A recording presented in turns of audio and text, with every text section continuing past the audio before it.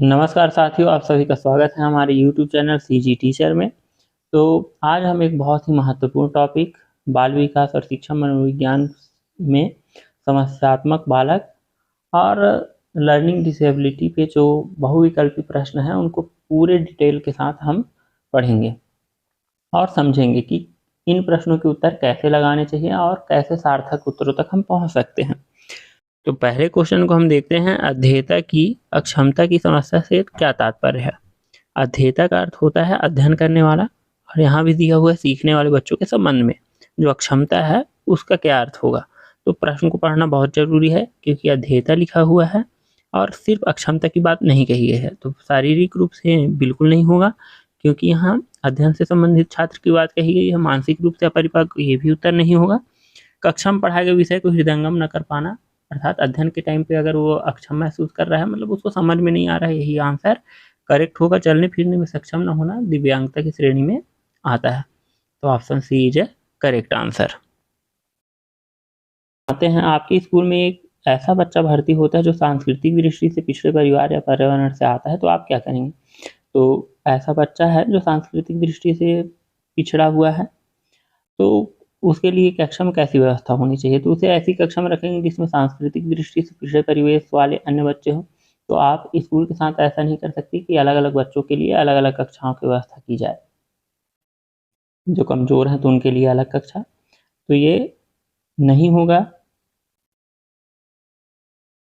किसी अध्यापक को उस बच्चे के पिछड़े सांस्कृतिक परिवेश की जानकारी प्राप्त करने के लिए भेजेंगे, ये भी नहीं हो सकता। उसे सामान्य कक्षा में रखेंगे किंतु उसे विशेष शिक्षण को प्रबंध देंगे। तो आधुनिक युग में समावेशी शिक्षा की बात कही जाती है, अर्थात सभी तरीके के बच्चे, सभी तरह के बच्चे, विभिन्न क्वालिटीज के सभी को एक साथ एक ही कक्षा में बैठा करके और उनको विशेष शिक्षण दिया जा सकता है, अर्थात उपचारात्मक शिक्षण प्रदान किया जा सकता है। अगर किसी भी चीज़ के लिए उनको जटिलता है या कुछ कमी है तो विशेष पाठ्यक्रम और विशेष शिक्षण के माध्यम से उसे दूर किया जा सकता है, लेकिन उन्हें सामान्य कक्षा में ही रखा जाएगा। तो ऑप्शन सी सही है। उसे किसी व्यावसायिक शिक्षण में जाने की सलाह तो आप बिल्कुल नहीं दे सकते, क्योंकि आपका काम है कि आप स्कूल में बच्चों को एडमिशन दें और सभी बच्चों को एक साथ समान अवसर प्रदान कर दें। तीसरा क्वेश्चन है, बालक के समस्यात्मक व्यवहार के कारणों में सम्मिलित नहीं है। तो समस्यात्मक व्यवहार, समस्या प्रधान व्यवहार, जैसे कोई चोरी करता है, असभ्य भाषा का प्रयोग करता है, ऐसे अगर कोई समस्या से जूझ रहा बच्चा है तो उनके कारणों में क्या कारण नहीं है, यहाँ नहीं है को ध्यान रखना है हमें। तो पहला है निर्धनता। निर्धनता समस्या का कारण है, समस्यात्मक व्यवहार का कारण है, हो सकता है। अत्यधिक लाड़ प्यार, लाड़ प्यार बस होता तो ये समस्या का कारण नहीं था, लेकिन अत्यधिक लाड़ प्यार भी समस्या का कारण है। जैसे आप लोगों ने चाणक्य नीति का एक फेमस श्लोक पढ़ा ही होगा कि अति रूपेण वै सीता, अति गर्वेण रावण, अति दानम बलिर्दत्वा, अति सर्वत्र वर्जित। तो अत्यधिक या अति हमेशा वर्जित है, अर्थात ये भी उसके कारणों में सम्मिलित होगा। मनोरंजन की सुविधा, अनैतिक व्यवहार, अनैतिक व्यवहार तो स्पष्टता दिख रहा है कि उसके कारण में शामिल है। तो मनोरंजन की सुविधा, आप देखते हैं कि मनोरंजन की सुविधा बच्चों को दी जानी चाहिए। स्कूल में भी मनोरंजन की सुविधा होती है, घर में भी मनोरंजन की सुविधा होनी चाहिए, इससे बच्चों के व्यवहार में समस्या उत्पन्न नहीं होती है। तो option C is right answer. अब हम देखते हैं अगला क्वेश्चन, यदि आपकी कक्षा में कोई छात्र अनुपस्थित है या हो तो आप क्या करेंगे। तो स्वाभाविक सी बात है, ऐसे जब प्रश्न आए तो कारणों का पता लगाया जाता है। अगर किसी ऑप्शन में कारण आपको दिखते हैं तो बहुत वो ऑप्शन बहुत हद तक सही हो सकता है। तो हम देख लेते हैं फिर भी एक बार, उसके बारे में कक्षा के छात्रों से पूछेंगे। तो छात्रों से पूछने पे सही कारण हमको प्राप्त नहीं होगा, क्योंकि शायद ही सभी छात्रों को सभी छात्रों के बारे में पूरी जानकारी हो कि घर में क्या वजह थी कि वो व्यक्ति स्कूल नहीं आ पाया। तो छात्रों के अभिभावकों से इसका कारण पूछेंगे, भी एकदम सही है। मौलिकता को गुण स्पष्टता पाया जाता है। तो पांचवें क्वेश्चन की ओर हम आते हैं, मौलिकता का गुण स्पष्टता पाया जाता है। तो प्रतिभाशाली बालकों में, सृजनशील बालकों में, धनी परिवार के बालकों में, शिक्षित माता पिता के बालकों में। तो मौलिकता मतलब होता है नयापन, नया तरीका। अगर कोई व्यक्ति या बच्चा नए तरीके से किसी भी चीज़ को प्रकट कर पा रहा है या प्रस्तुत कर पा रहा है तो वो उसकी मौलिकता है। तो धनी परिवार तो बिल्कुल भी नहीं आएगा, और शिक्षित माता पिता के बालक में भी मौलिकता हो ऐसा वस्तुनिष्ठ नहीं है। तो प्रतिभाशाली बालक किसी भी चीज़ को आसानी से सीख सकता है, जल्दी किसी भी चीज़ को समझ सकता है, लेकिन जो मौलिकता है, नयापन है, वो सृजनशील बालकों का प्रमुख गुण होता है। अर्थात निर्माणक क्षमता जो होती है, चाहे नई विचारधारा बनाने को, नए तरीके से किसी प्रश्न के उत्तर को प्रस्तुत करने की बात हो, तो सृजनशील बालक ही इसका एक्यूरेट आंसर होगा। छठा क्वेश्चन की ओर हम आते हैं, गणित संबंधी समस्या क्या कहलाती है? तो गणित संबंधी, तो पहले ऑप्शन में है डिस्फेजिया। डिस्फेजिया का मतलब होता है जब कोई बच्चा बोलने संबंधी विकार उत्पन्न होता है, बोलने संबंधी कोई दिक्कतों का सामना करता है, तब उसको बोलते हैं कि वो डिस्फेजिया डिसेबिलिटी से ग्रसित है। असिम्बोलिया का मतलब होता है दर्द के प्रति असंवेदनशील होना, तो ये भी ऑप्शन नहीं आएगा। डिस्प्रेक्सिया का मतलब होता है किसी भी चीज में समन्वय स्थापित न कर पाना, अर्थात कोई कार्य है उसको अच्छे तरीके से न कर पाना ही क्या कहलाएगा? डिस्प्रेक्सिया कहलाएगा। ये दिमागी मोटर सेंसर जो होते हैं उस पर अगर विकार उत्पन्न होता है तब ये डिस्प्रेक्सिया की समस्या होती है। फिर चौथा ऑप्शन है डिसकैलकुलिया। अगर नाम को अच्छे से देखें तो इसमें कैलकुलिया लिखाया हुआ है, जो कि कैलकुलेट से बना हुआ है, और कैलकुलेट का मतलब होता है गणना करना, और गणना करना गणित के अंतर्गत आता है। तो डिसकैलकुलिया अर्थात गणितीय डिसेबिलिटी अगर है तो उसको गणित संबंधी समस्या कहेंगे। तो ऑप्शन डी राइट आंसर होगा। फिर सातवें प्रश्न की ओर हम आते हैं, निम्नलिखित में से सृजनात्मकता का अति आवश्यक भाग कौन सा है? फिर सृजनात्मकता से संबंधित एक प्रश्न है, और ऐसे प्रश्न हमेशा पूछे जाते हैं। तो संवेदना बिल्कुल नहीं। चिंतन, जो चीज जानता रहता है कि उसी के बारे में चिंतन हो सकता है। तार्किकता, तर्क करना प्रतिभाशाली लोगों का गुण होता है। कल्पना करना, सृजनात्मकता का कल्पना के द्वारा ही नई चीजें सृजित होती है। जैसे बाहुबली में आपने देखा होगा कि अत्यधिक जो बाहुबली जो सृजन हुआ है फिल्म का, वो किस पे आधारित है? कल्पना पे आधारित है। तो कल्पना और सृजनात्मकता का गहरा संबंध होता है। आठवें प्रश्न की ओर आते हैं, निम्न में पिछड़े बालकों की शिक्षा के स्वरूप में कौन सी बातें सम्मिलित की जानी चाहिए? तो पिछड़े बालक, शैक्षिक रूप से पिछड़े बालक की बात यहाँ की गई है, और उनकी शिक्षा की अगर व्यवस्था की जाए तो क्या क्या सम्मिलित करना चाहिए?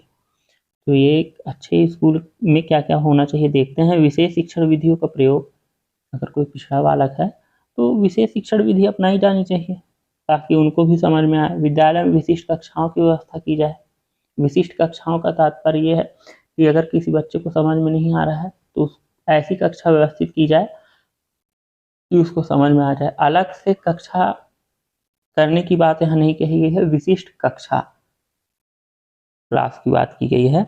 विशेष पाठ्यक्रम की व्यवस्था, तो ऐसे पाठ्यक्रम का निर्माण किया जा सकता है जिससे आसानी से वो पिछड़ा जो बालक है वो आसानी से समझ सके, सीख सके और आगे आ सके। तो उपयुक्त सभी इसका करेक्ट आंसर होगा, डी।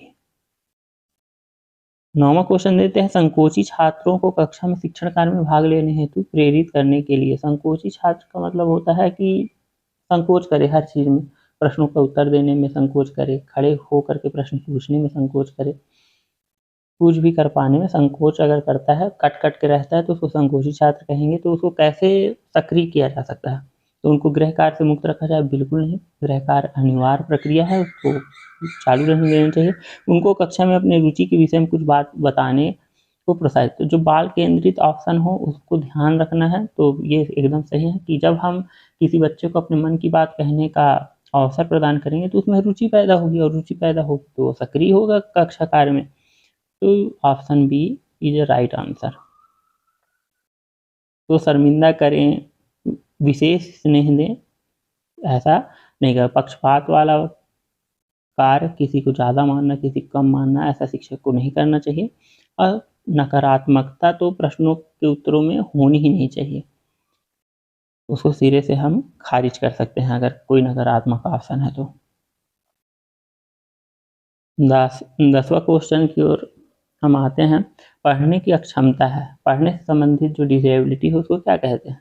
तो पढ़ने को लर्निंग बोलते हैं और डिसलेक्सिया लर्निंग से ही बना हुआ है, लर्निंग डिसेबिलिटी को डिसलेक्सिया कहते हैं, अर्थात बी ऑप्शन इसका राइट है। विषय अक्षमता से क्या घोषित होता है? विषय की अक्षमता अर्थात विषय को नहीं समझ पाता व्यक्ति, तब उसको क्या घोषित होता है उससे? तो अध्ययन के मूल विषय भाषा, गणना, सामान्य तथ्यात्मक ज्ञान, कलात्मक प्रस्तुति, वैज्ञानिक क्रिया के विषय को न समझ पाना, किसी भी पाठ्यक्रम को न समझ पाने की क्षमता, शिक्षक की बातों को समझने में असमर्थता, कक्षा में पिछड़ापन। तो इसमें से विषय अक्षमता बोला है तो शिक्षक की बातों को समझना ये नहीं होगा। किसी भी पाठ्यक्रम को न समझ पाना, क्योंकि ऐसे पाठ्यक्रम होते हैं जिसको वो आसानी समझ सकते हैं, जैसे व्यायाम से संबंधित पाठ्यक्रम है, खेल से संबंधित पाठ्यक्रम है, तो उसको पाठ्यक्रम का हिस्सा ही है वो भी, तो उनको समझ सकता है। लेकिन इसमें बोला विषय अक्षमता, तो मूल विषय क्या है? हिंदी भाषा, गणना मतलब गणित, सामान्य तथ्यात्मक ज्ञान मतलब सामान्य ज्ञान, कलात्मक प्रस्तुति मतलब कला से संबंधित विषय, और वैज्ञानिक क्रिया मतलब विज्ञान के विषय शामिल है, जो कि विषय आधारित है ज्ञान है, और उसका अगर समझ नहीं पाता बच्चा तो उसको विषय अक्षमता कहेंगे। तो ऑप्शन इज राइट आंसर। 12वां क्वेश्चन हम देखते हैं। यदि किसी छोटे बच्चे को अपने आसपास बैठने वाले अन्य बच्चों की छोटी छोटी चीज़ें चुराने की आदत है, तो शिक्षक के रूप में आप इस संबंध में सबसे पहले क्या उपाय करेंगे? ऐसे प्रश्न हमेशा पूछे जाते हैं जो समस्याग्रस्त होते हैं। तो हम देखेंगे कि अगर कोई बच्चा अपने सहपाठी की चीज़ें चुराता है, पेंसिल हो गया, पेन हो गया, तो आप क्या करेंगे? तो उस बच्चे को डांटेंगे, डपटेंगे? बिल्कुल नहीं। नकारात्मक उत्तर पहले ही बताया कि नकारात्मकता तो ऑप्शन में होने ही नहीं चाहिए, तो ये नहीं होगा। उस बच्चे की आचरण पुस्तिका में इसकी आदत को उल्लेख करेंगे? बिल्कुल नहीं।